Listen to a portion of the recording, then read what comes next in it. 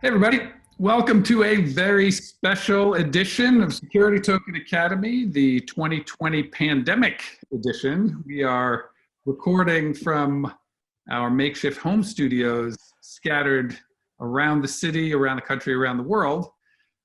Today, I'm going to be speaking with a very special guest. His name is Derek Schloss. He's the Director of Strategy for Security Token Academy. Welcome, Derek. Thank you, Adam. I'm glad we could do this. I think this is going to be a fun edition. Yeah, it's nice. I think with everybody cooped up inside, we're at stay-at-home orders to flatten the curve for this pandemic. Maybe we can give people a chance to catch up on a little bit of the learning they've been putting off, and exactly. We can enlighten some people about what they can understand about fractionalized securities and other good stuff.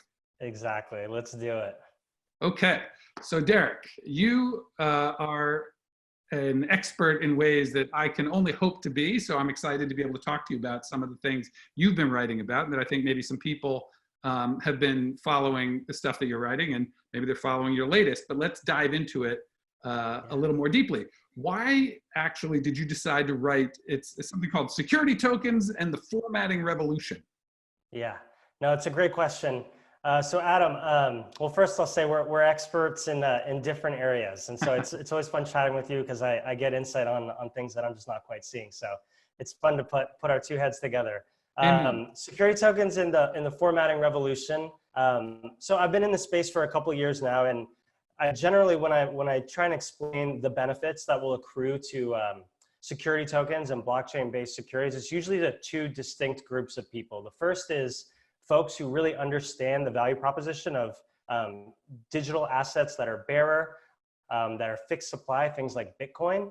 And then the other group are typically, attorneys or traditional service professionals or financial industry vets who just don't quite understand why to use blockchains for something like contracts and securities.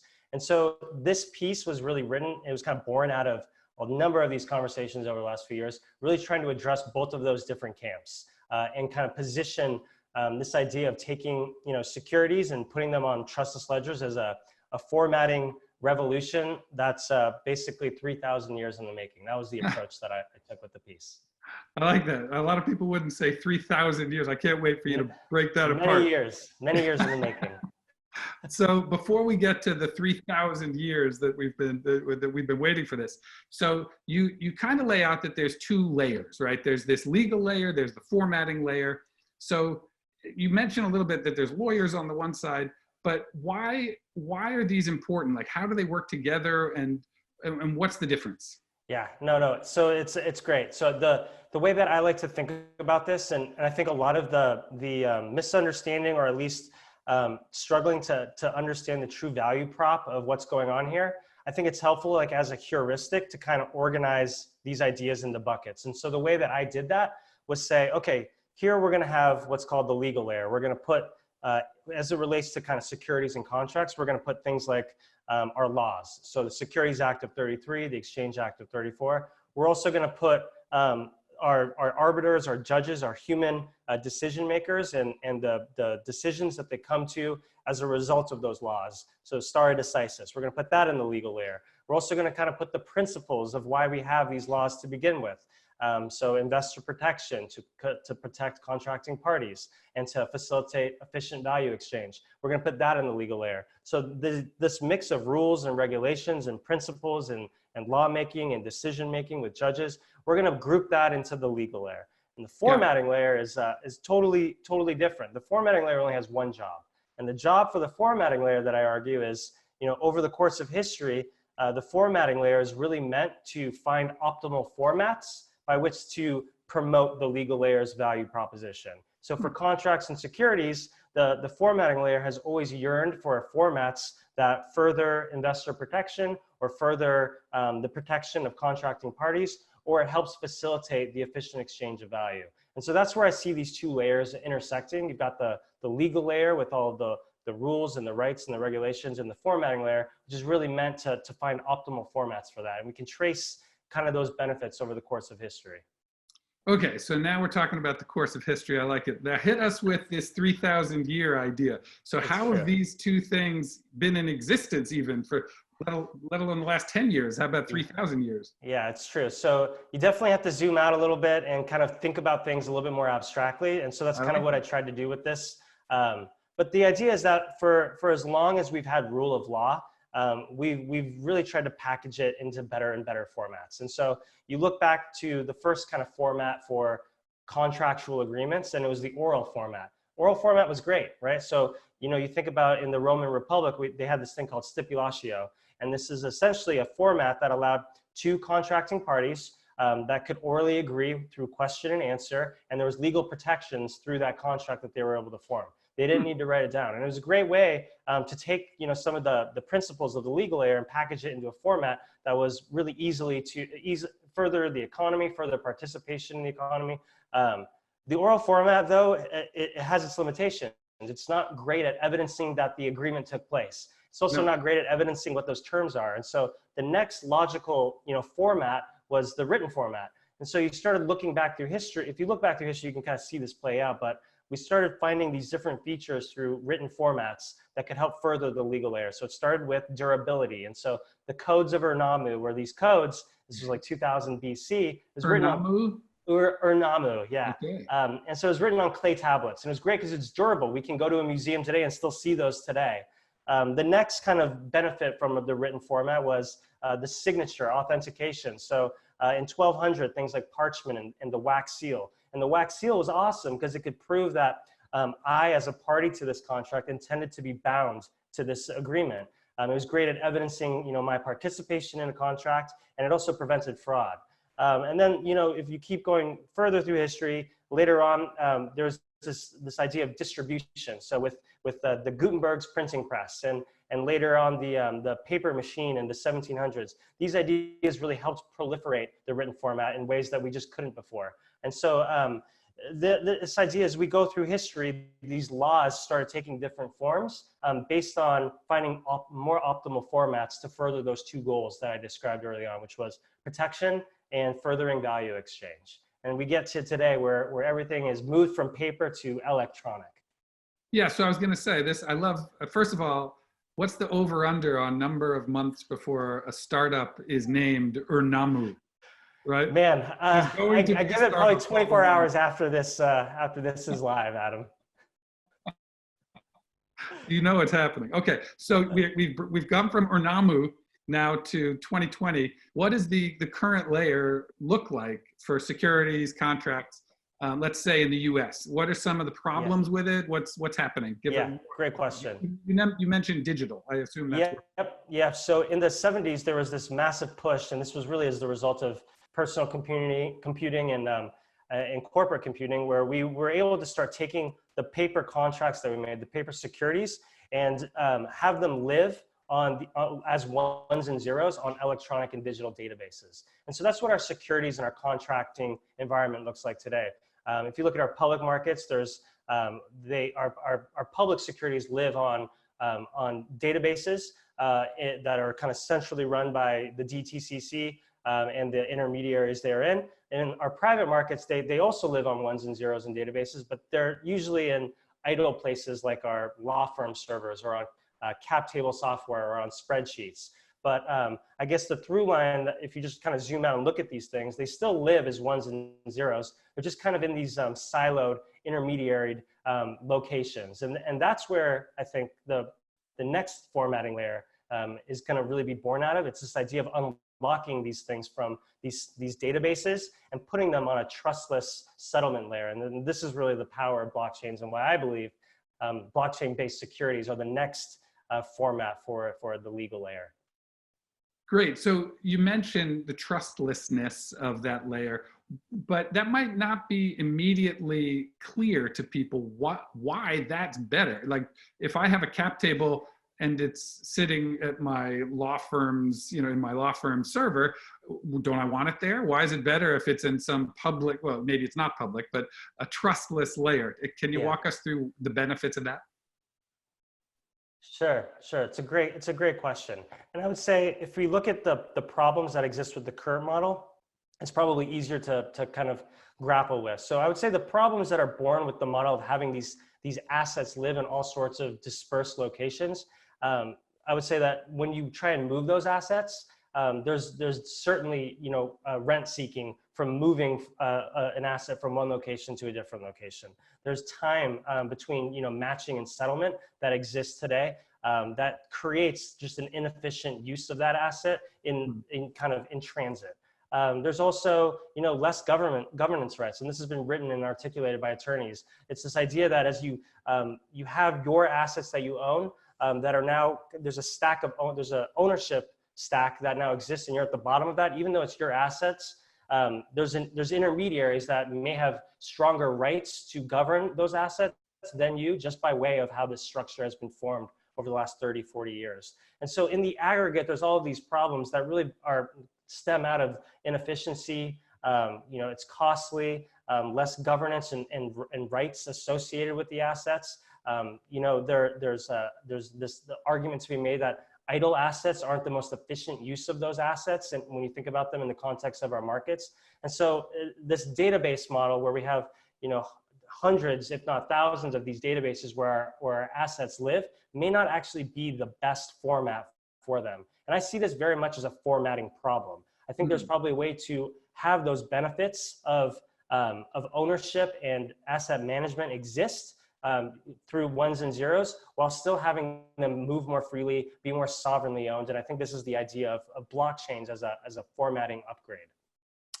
Fascinating. I love it. So there's one thing that maybe I missed, but that comes to mind that has to do with the idea of tracking components of an asset as it moves, and how, obviously this new blockchain layer is just gorgeous for that, whereas the old version totally falls apart when you try to follow where the shares of something go and who had that. Where did you have Excel version 1 or 2, or is it mine the latest? Is yours the latest? Sure. I mean, isn't that one of the definitely improvements that blockchain is going to create for asset holders? Definitely. So this is really the beauty of not having to trust your assets on a ledger, but having them live on a trustless ledger. And it's this idea that with blockchains, because we're not, trusting a central party to manage a cap table or tell us when, A moves to B and when B moves to C, because that all lives on a ledger that we all can look at and agree and agree through consensus that this is where the assets now live and are trading in real time. There's all sorts of efficiency gained. And one of those benefits that you're touching on is transparency. There's no funny business when you know exactly where your asset lives and can move at any given time. And with transparency stems all sorts of cost savings. If you know where your asset lives, you don't need to have to trust a stack of intermediaries to help you get an opinion on how they can move, because maybe regulations are embedded in that asset, or they're calling to a whitelist that allows you to know who and where they can trade, instead of having to kind of get a costly legal opinion or to trust intermediaries to interact with each other to facilitate that exchange. So that transparency is really one of the key benefits that really makes and unlocks a lot of the possibilities here, Adam. Yeah, and for those who missed it, what you just said, there's a whole other thing in there that you mentioned that basically says, yes, transparency is amazing, but what you're pointing out is that there's all sorts of costly expenses that I, as an asset owner or as a company, CEO, if the asset is the shares of the company, I don't have to incur any of those expenses, because the share itself is now doing the work that all of these service providers used to have to do, and I used to have to pay them and find them and chase them down, and all of that's gone. Yeah, exactly. That's a huge efficiency that you just described. That maybe people missed the first time through. But I'm happy you called that out, Adam. Yes, it's totally true, and it's why I believe that this is really there's so many benefits that were unlocked from going paper to electronic, but there's still problems, and I see these very much as formatting problems. It's really the format that these things are taking, and really a lot of this can be solved by upgrading to a new format. Which is what a lot of our corporate members work on, which is what a lot of what we see when we talk to them. And I'd say this is why the potential here is so exciting as a formatting upgrade.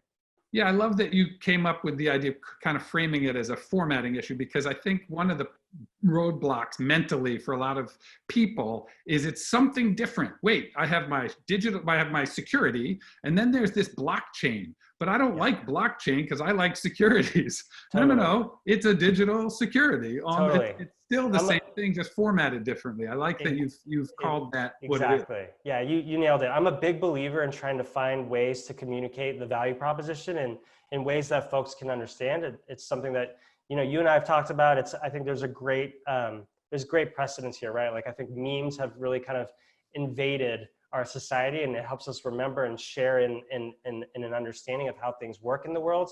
And I think this is just another way to explain how this stuff is so relatable and will hopefully provide tremendous value for asset owners all over the world.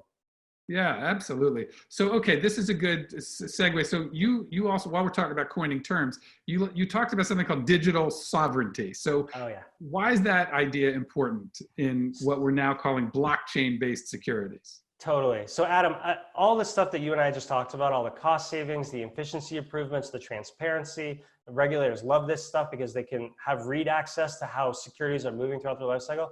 All those benefits, I would consider a massive, massive formatting upgrade.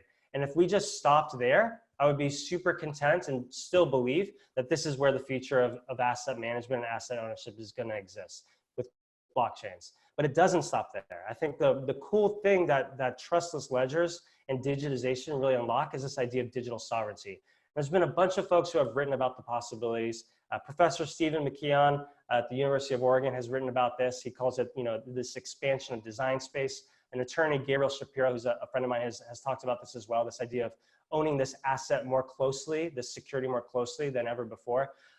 It's digital sovereignty really comes down to this idea that when I own my asset more closely to me than ever before, where I don't need intermediaries to kind of work through how they move or how they transfer or how they're owned, and you rip all of that infrastructure out and you have this asset that's just more closely held, you can start engaging with that asset and interacting and using that asset in a trust minimized environment, which blockchains allow for, and be able to do all sorts of sovereign activities that you've never been able to do before. So for example, there's all sorts of experiments that are happening on blockchains now where I can presumably one day take my security and go to a blockchain-based credit facility without a counterparty, without an intermediary, take my asset and lock it up and use it as collateral and get US dollars back and start being able to use those blockchain-based US dollars in this trust minimized environment. So it basically unlocks our capital from siloed infrastructure and brings it closer to us so that we can now bring it to this